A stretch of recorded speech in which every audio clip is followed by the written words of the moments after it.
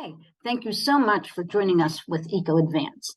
Tell me about yourself and how what you've done has impacted freshwater restoration in Ireland.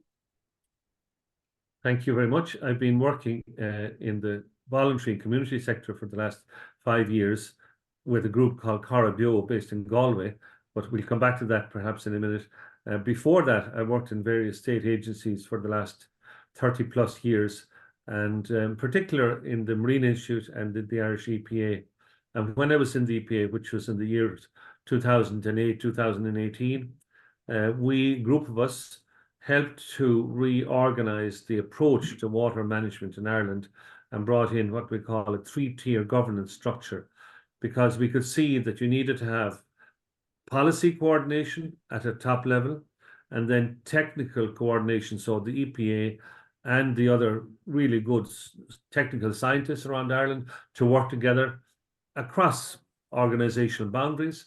And then the third layer of this 3-tier structure was to set up and invest in community fora, and that's where this group LawPro came into it, Local Authority Waters Office. So I was involved in, we'll call it the drafting of that, the architecture of that, persuading government agencies that this made sense, working with Donald Daly and others, and it has worked relatively well, but not enough. The policy linkages are still not as strong as they need to be, and different government departments continue to fight their corner, as you'd expect, Department of Agriculture or Drainage or whoever.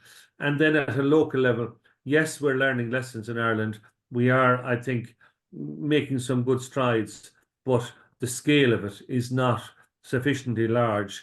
And so water quality, there's as many successes as there are failures. About 40% of our water bodies are improving from one cycle to another, but another 40% are still deteriorating. So that means we need to do more work. So what kind of work do you think is going to really help change this? And what kind of things, when you think back, when you did it, what kind of things could move things forward? Well, the two things that I would say at a macro level in Europe, we have a good structure in principle in the Water Framework Directive, but I think that when the stock take was done of the Water Framework Directive, the most recent stock take some years ago, an opportunity was missed. It was very focused on the legal and on the technical and the scientific parameters of intercomparisons and so on like that, but there wasn't enough focus on the actual work at community level, the level of local participation, public participation. It's there in the directive, and it wasn't highlighted and it wasn't renewed. It needs to be strengthened. The way to strengthen it, to my mind, is to go back and look at the guidance again from member states, learn lessons, including from projects like Eco Advance, and put those pieces of, let's say, learning and wisdom back in to the advice, the government advice, the guidance. That's the first thing that needs to be done. And then at a local level, we, I think, are seeing in Ireland, and we have seen it in other countries like Sweden and Finland and so on, where communities are mobilized, actually it can influence the attitude of farmers, the attitude of people who would otherwise be land spreading at the wrong time of the year or whatever. And so we need to invest an awful lot more. The work that Noel Meehan and ASAP are doing in agricultural advice in Ireland is great, but it's only reaching a small percentage of the farmers. So it has to be scaled up and it has to become more mainstream. So I'm hopeful that in the next round in Ireland, we will have these community management fora and catchment planning at a more local level. That will allow for more learning. It's really important that state agencies learn from local communities and vice versa. So what's the new plan? What are they suggesting that you think is the right way to go? There is a discussion document now from LawPro, which is proposing, and this is part of the draft River Basin Plan for Ireland, that we have one national plan for the country, which is fine. That's good in terms of policy direction, but also that we will have 43 catchment plans for each of the hydrological areas. And in those catchment plans, the various state bodies that are already on the ground doing agriculture and drainage and so on and so forth like that, fisheries, they work together to draft a plan for that area. So it identifies what are the pressures on water and what are the actions in those areas. But the important thing then about that is that it needs to be public. People need to understand.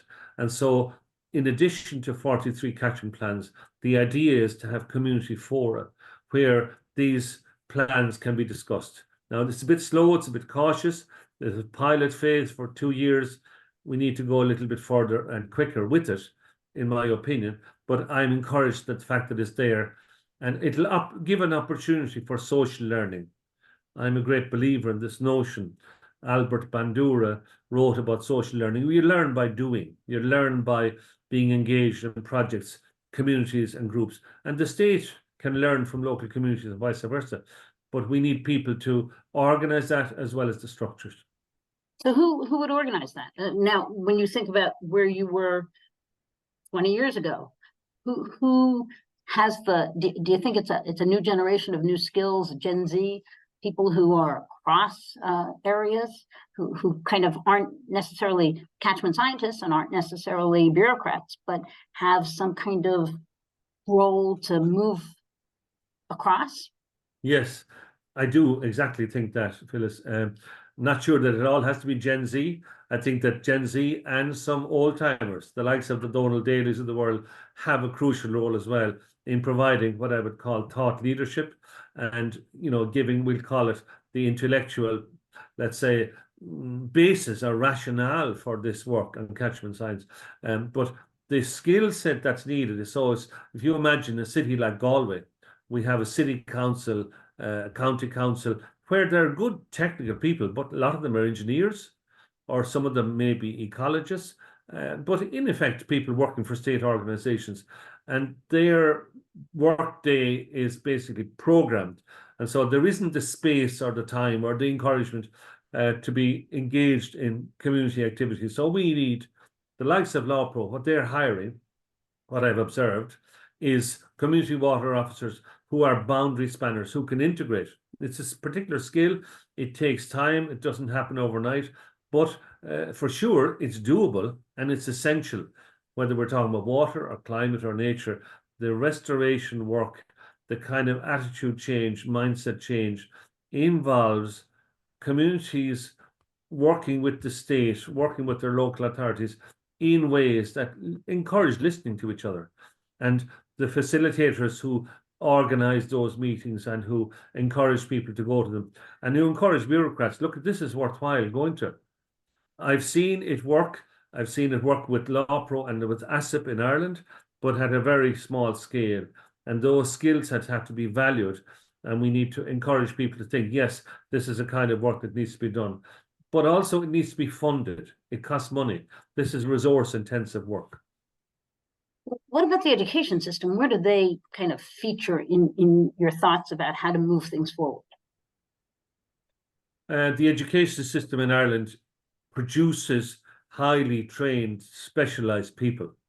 And we have very good results in terms of education and high participation in third level, but we really are lacking in this skill set of integration. So belatedly, a number of the Irish universities are beginning to think we have to put sustainability into the curriculum, but they don't exactly have the answer yet to doing that. But in talking to some people, some universities who are trying to do that, they have figured out that actually this skill set of translating medicine or translating engineering, into, let's say, social science and back and forth, learning from each other. So this idea of spanning boundaries, that has to be encouraged as being, let's say, a real thing. Use the phrase that young people say, is that a thing? It is. Integration and boundary spanning is really important for water education and for sustainability. The problems are much more complicated now, and civil servants, public servants have to understand that. So the education system, I would say, is lagging behind, but there definitely are thought leaders in Ireland and other countries who are seeing this need for more integration. So the same issue in a policy context is applying in an education context. Education for sustainability is uncharted waters in most countries. Terrific. Thank you so much for your help. We're looking forward to hearing more good things. Thank you.